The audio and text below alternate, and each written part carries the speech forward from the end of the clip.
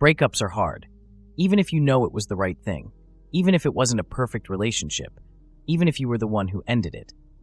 There's still a heaviness that follows, a quiet ache, a sense that something important just shifted, and now you're left figuring out what comes next. This isn't about pretending to be okay or moving on too fast. It's about slowing down and giving yourself a chance to land back in your own body, your own life. There are no quick fixes, but there are simple things you can do that help you start to feel human again. Here are 3 of them.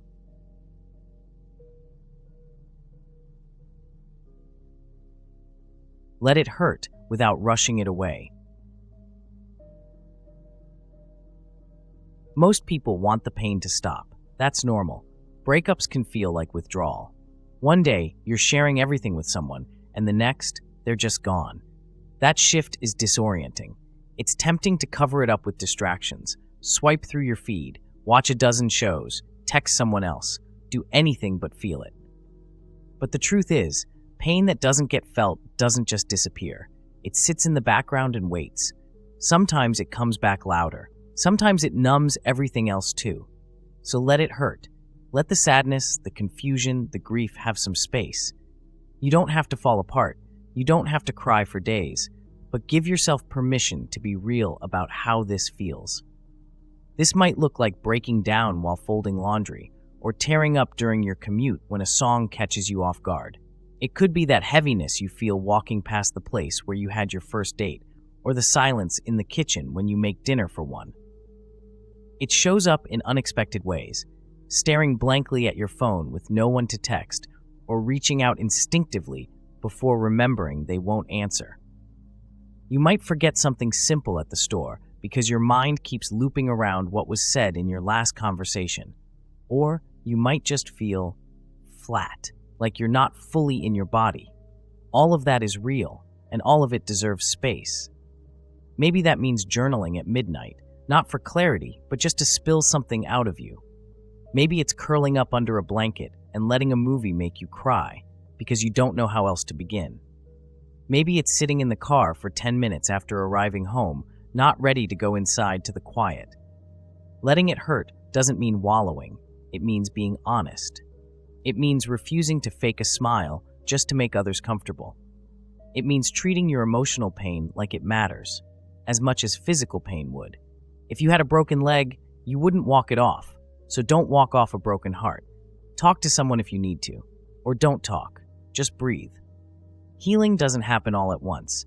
It creeps in during the quiet moments when you stop trying to control the process.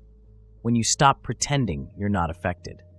When you finally say to yourself, yeah, this hurts, and you let it. Most people want the pain to stop. That's normal. Breakups can feel like withdrawal. One day, you're sharing everything with someone, and the next, they're just gone. That shift is disorienting.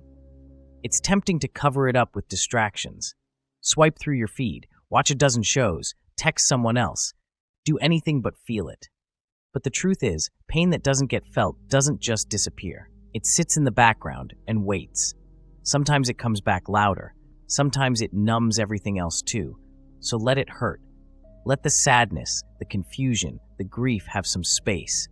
You don't have to fall apart. You don't have to cry for days, but give yourself permission to be real about how this feels. Maybe that means journaling, or sitting in silence, or going on a long walk without trying to make sense of anything. You don't need to have the answers. You don't need to be strong all the time. You just need to stop pretending you're not affected. Pain is part of healing. Let it move through. Reclaim your space. A breakup doesn't just end a relationship. It shifts your environment. It changes the feeling of your mornings, your evenings, your weekends. Places feel different. Your room might feel emptier. Your favorite coffee spot might sting a little. The silence at night might suddenly feel heavier than it ever did before.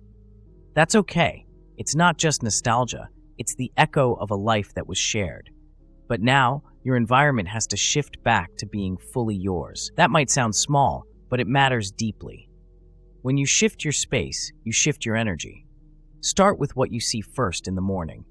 If your nightstand still holds memories, notes, photos, gifts. Consider removing them, not out of spite, but to create breathing room. Replace them with something small and personal, a book you love, a plant, a candle you light just for yourself. Rearrange your room, not because you have to, but because it reclaims your sense of ownership. Move the bed slightly. Change the direction of the desk. Hang up new prints or artwork. Add textures, blankets, pillows, or lighting that feel soft, calm, and healing. Open your windows more often. Let natural light in. Create a ritual around your mornings or evenings. Music, incense, a warm drink. Something that signals to your body, this is a new season, and this space belongs to me again. If you shared a playlist, create a new one. If you watched shows together, take a break from them. Instead, discover something that feels fresh and just yours. This isn't about scrubbing out the past, it's about anchoring yourself in the present. The version of you that exists beyond the relationship, the you that is still whole, still capable, and still building a life. Our outer space has a way of echoing our inner world. A cluttered room can mirror emotional heaviness. A stale routine can reinforce stagnation. But even small changes, like tidying a drawer or placing a new photo, can signal to your nervous system, we're creating something different now. So reclaim your space with intention.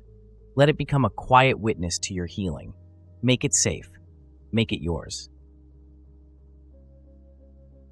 Don't reach for closure. Reach for yourself. One of the hardest parts after a breakup is the desire for closure, for answers, for things to make sense. You want to know why it ended, why they acted the way they did, why it couldn't just work out. That need is valid. It's human to want resolution, to want the chapter to close neatly with a sense of understanding. But the truth is, closure from someone else isn't always possible. Sometimes the other person can't give it. Sometimes they won't. And sometimes, even if they do, it doesn't really help. The explanation may fall flat. The apology may not feel honest. Or worse, the contact may stir up hope where there shouldn't be any. It's easy to confuse closure with reconnection. To think, I just want to talk, when really you want to feel close to them again. That's normal, but it's also something to notice. Reaching out might feel comforting in the moment, but it can delay the deeper work of healing. It might reopen wounds you were beginning to soothe. There's also something called false closure. It's when you hear what you thought you needed to hear, but it still doesn't sit right.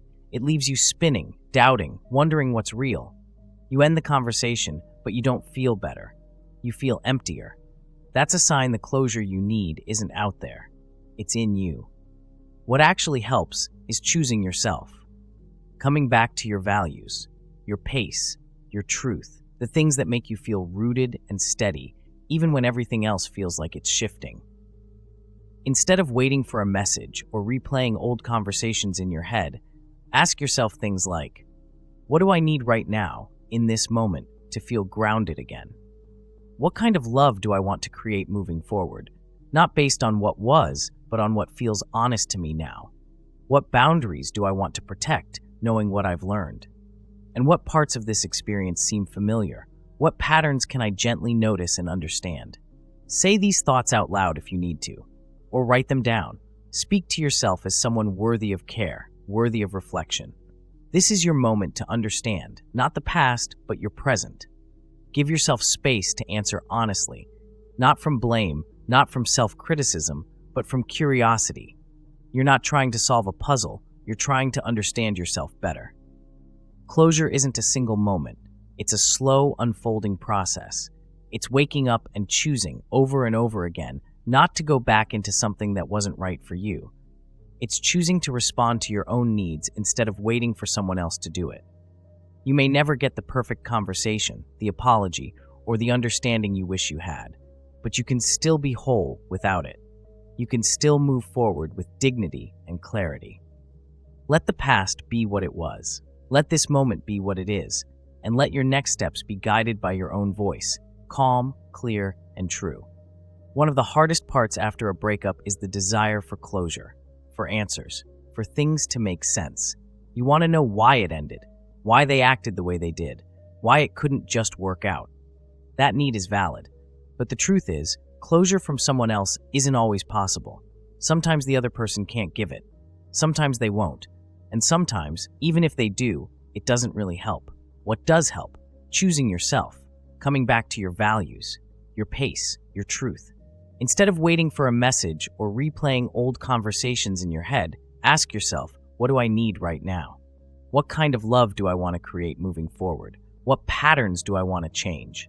Closure isn't a single moment, it's a process. And that process starts when you stop looking outside yourself for permission to move on. Let the past be what it was. Let this moment be what it is. And let your next steps be guided by your own voice.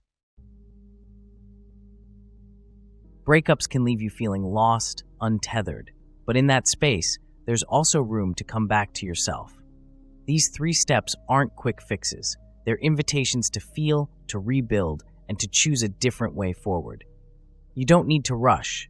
You don't need to prove anything. Just keep showing up for yourself, in small ways, in quiet moments. Healing happens in those spaces, and you're allowed to take all the time you need. If you like this video, make sure to hit the like button. It helps me reach more people who might need this content. Feel free to check out the rest of the channel. Don't forget to subscribe so you don't miss future videos.